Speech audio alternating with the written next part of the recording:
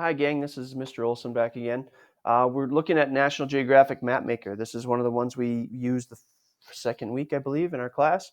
And today we're going to be labeling some things. So as you can see, it's got a nice political map right here with some shading for different vegetation and whatnot.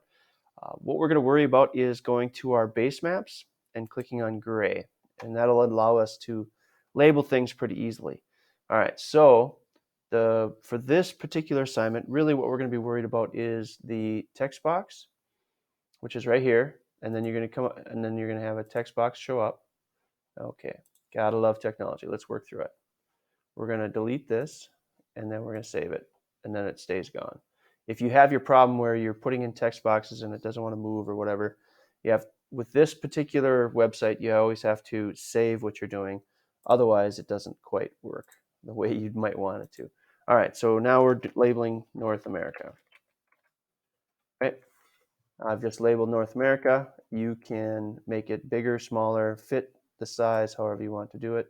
But now you've got North America here. So you can also, if you want to be, I don't know, I don't want to say fancy, but more inclusive, you could include, whoops, I didn't mean that. You could include lines or shapes that would do that. Now, as you can see, if I'm including this shape, you know what? It doesn't necessarily work the best.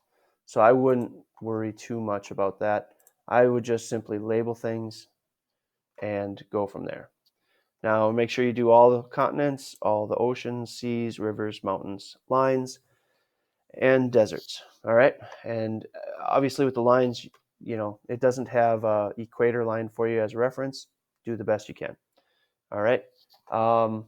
Now, when you're all done labeling with your list, what you're going to do is you're going to zoom out to the point where we can kind of see everything all at once, give or take.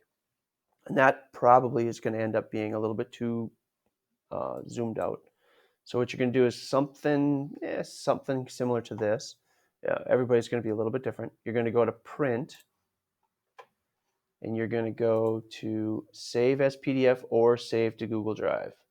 And you can see how my printed option or my printed settings looks there. You might want to change it to landscape, and you can see I'm not quite right there. So I'm going to back out, and I'm going to do it a little bit farther out. I guess that's what it calls for. Let's see what it looks like. All right, so I'm a little bit far north. So maybe I want to go here. And it is going to take a little bit of playing. And that actually should probably cover it. Now, obviously, I'm not sure why that's going there.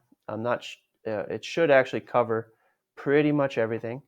You don't have to have color unless you throw some color text or something in there. But we're going to save to Google Drive. That's the easiest one to do. And you click save, and it'll give you an option to label it. It should give you an option to label it, and it does not. All right.